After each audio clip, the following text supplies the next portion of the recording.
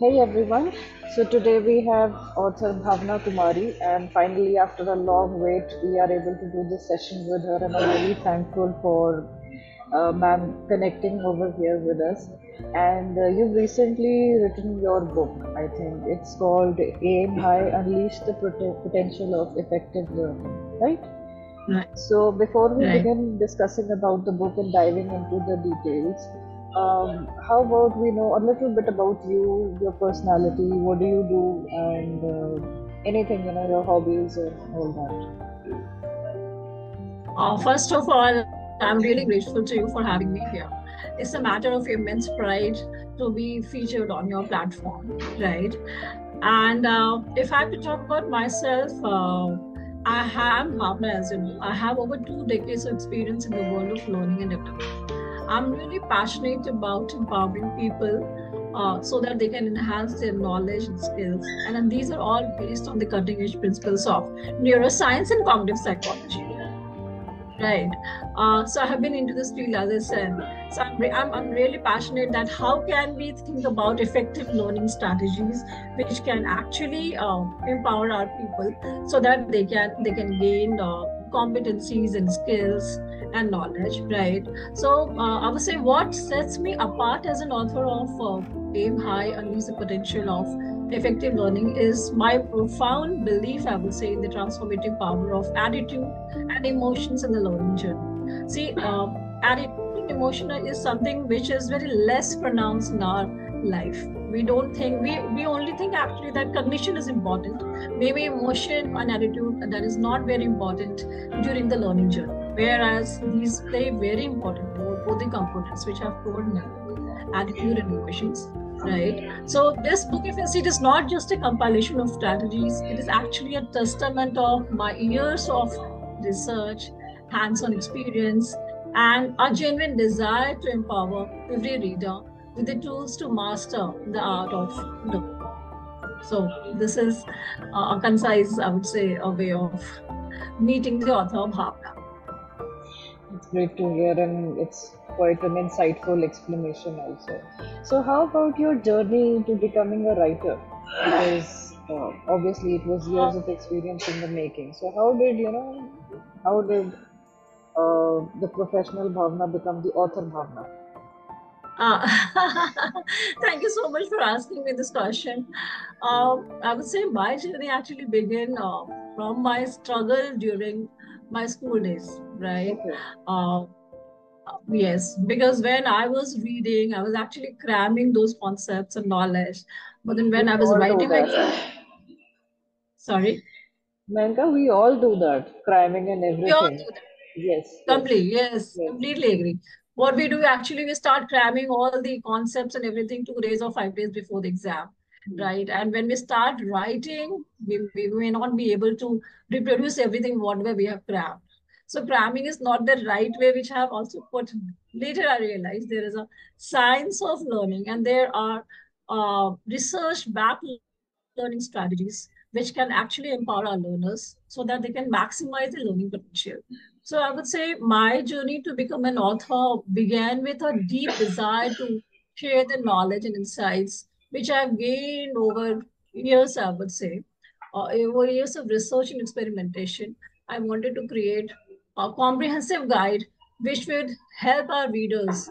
And these readers, they could be from all walks of life. They could be, I mean, parent or say somebody who is working in a corporate world, maybe a professional or a student, or an educator or somebody who is designing learning experiences or curriculums. So I try to give something which readers from all walks of life to maximize the learning potential and so that they can achieve their goals.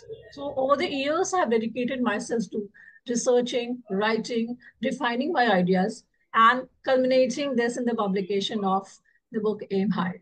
So this is how the journey started. So when we talk about the title, Aim High, Unleash Your Potential to Effective Learning, how did the title come into the making? Did you have any alternate Sure. titles in mind? Definitely, I'll tell you. So you see, this book is based on the framework called as AIM. This is actually a framework. AIM is the framework. A stands for attitude. I stands for ignite the emotion, and M stands for maximize the retention. How can you maximize the retention of whatever you learned, right? So it actually it tells you that how attitude is important, mindset is important for effective learning, and emotion plays very important role in maximizing whatever we learn, because learning when we are attached to a learning, when we are emotionally invested in the topic which we are learning, so it actually enhances our motivation and our retention goes to a skyrocketing high, I would say, right? So emotion is very important. Having growth mindset is very important, and implementing those learning strategies, which is based on neuroscience and cognitive psychology. These these things, if we apply, we can definitely empower ourselves to maximize our potential. So there's the framework which I have actually put in the book, and this is a culmination of my years of study and experience in the field of learning and development. And I see this as not only a book, but then I see this as a practical and insightful guide that dwells into the core principles of cognitive psychology, then effective learning, and it offers readers evidence-based strategies to enhance memory retention, overcoming the forgetting curve. There's a concept called as forgetting curve, which tells you that 75% of whatever we read, we actually forget in only a matter of 6 days. Right, so that is the reason active recall is important. We need to revisit whatever we have learned. We need to apply whatever we have learned, right?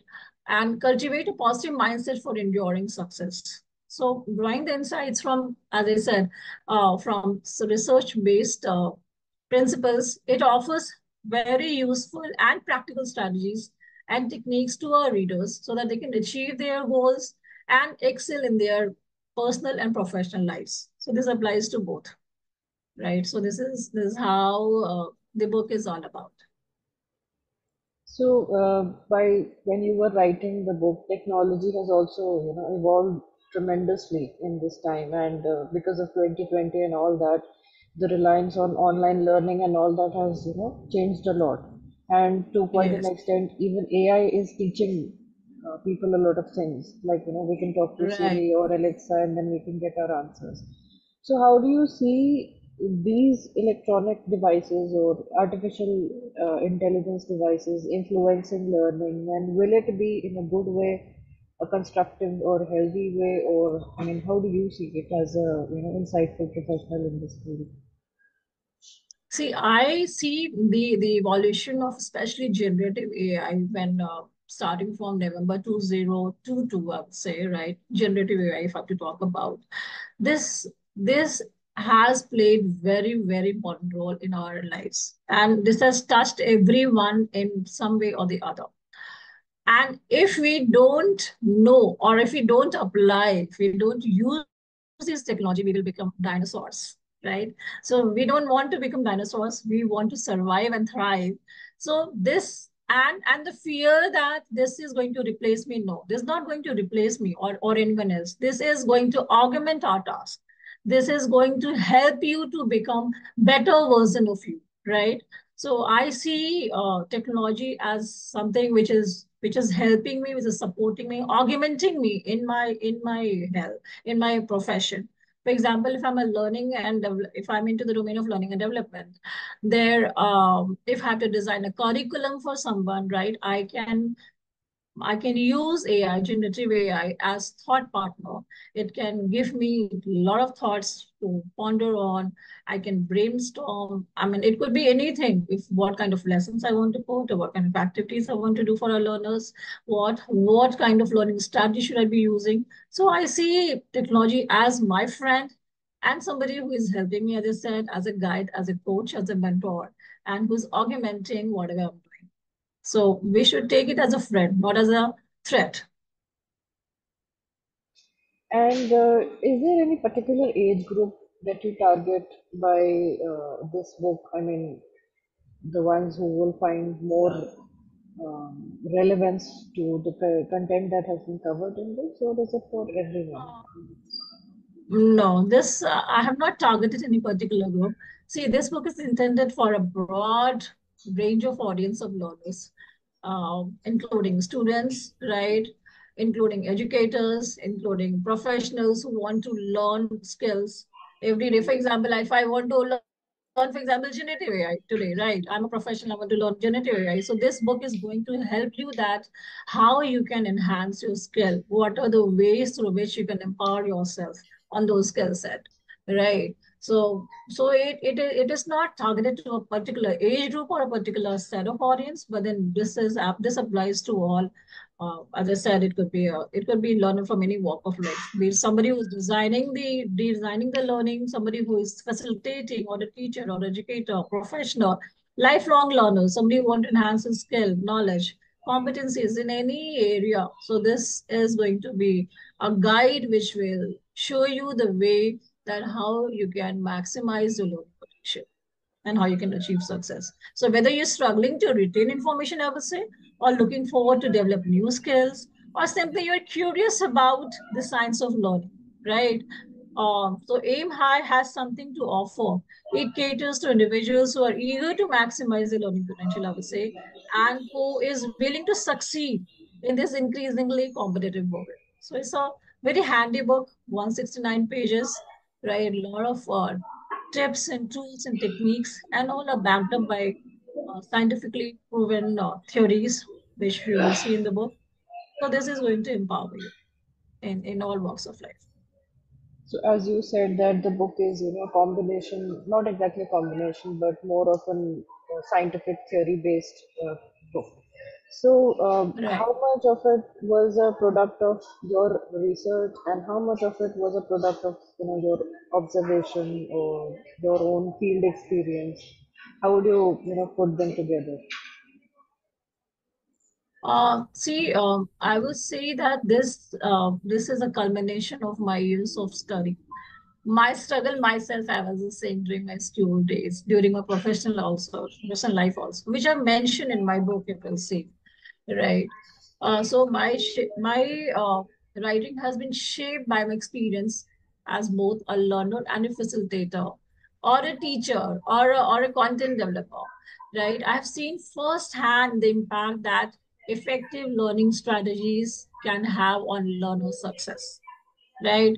And I've drawn those observations to inform my writing. So whether when I was designing maybe a instructor-led learning program or an e-learning learning program, when I was facilitating myself, I mean, because I have been into this field for so many years now, and I facilitated all different kinds of trainings like knowledge-based training, skill-based training, and behavioral learning programs I have conducted. So I have drawn upon those observations, those experiences, and I have actually included all those experiences in my book. You will see my story is there, my real story is there.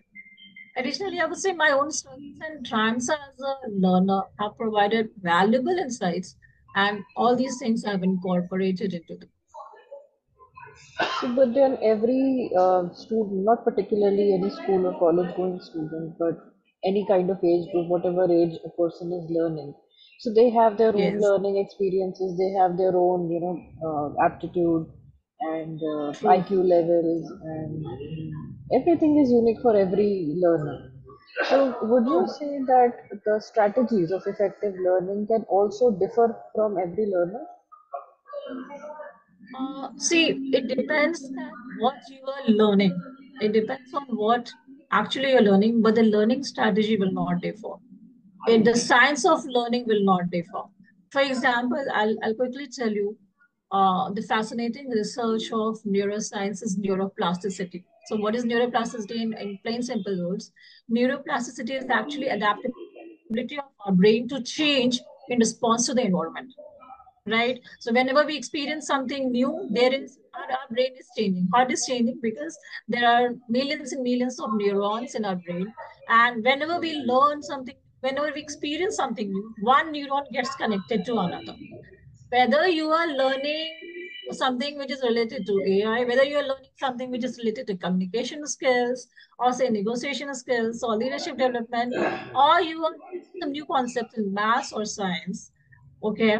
Or If you're not learning, you're experiencing something which is happening around you, but then the neuroplasticity is happening. That is common across all.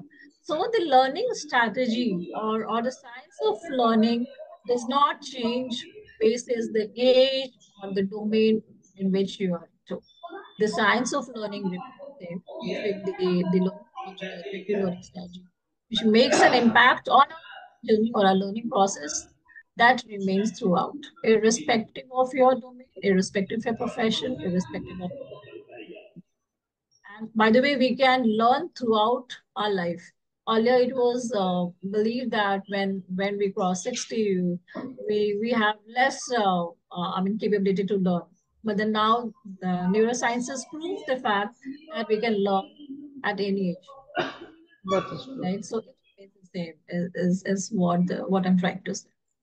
So as you said that after 60, it was believed earlier that we stop learning. Similarly, if we go back in the earlier part of our life when we are like kids, I mean infants and toddlers, it was not really believed that a student will start learning until they actually go to a play school. But now, Right. I mean, I look at kids, not kids exactly, toddlers. They're so smart and they know how to use a smartphone and tablet, and I mean, they know how to run YouTube and everything. So they are pretty Yes, much smarter than us. So would you they say are. that? So would you say that a person starts learning much earlier now? I mean, probably just after they're Yes. born. Yes, yes, I can say that, and it's proven fact. Aristotle has given one quotation that you give me a newborn baby, and I will give you an adult by the age of 7. So maximum change in the brain, it happens from 0 to 7 years, right? So this age is the age where we learn the most because there are no neural pathways, right? When we were inside the womb, some neural pathways were there, but then the most of the pathways which we form, I mean, all the habits which we see, the experience which we get as a toddler, so that plays immense role in our learning journey, and that decides the pathway for success, I would say, in our life. So that is, as very well mentioned by you, that is the most important part of our life, where we are ready to learn anything and everything, whatever it comes to us. I mean, we learn that, Yeah, I mean, I think right? that is like the highly curious phase of our life also, when we are, Yes, just it eager to is. learn just everything possible in the world. Everything So, possible. according to this, that, today's kids are so much more smarter than we used to be. So, does that Very even true. mean that whatever course content, curriculum is being taught in the present day at school should also be, updated according to that level? Yes, it should be, and it has been actually. If you see the new education policy, NEP 2020, it has changed the old policy completely, and there is, if you see the policy, it says, and which was implemented in the schools. I was looking at my daughter's textbooks, and I can see very clearly that there is hardly any rote learning. Earlier, it was more of rote learning, that you describe this or define this. So it is not that. Now it is, how will you apply?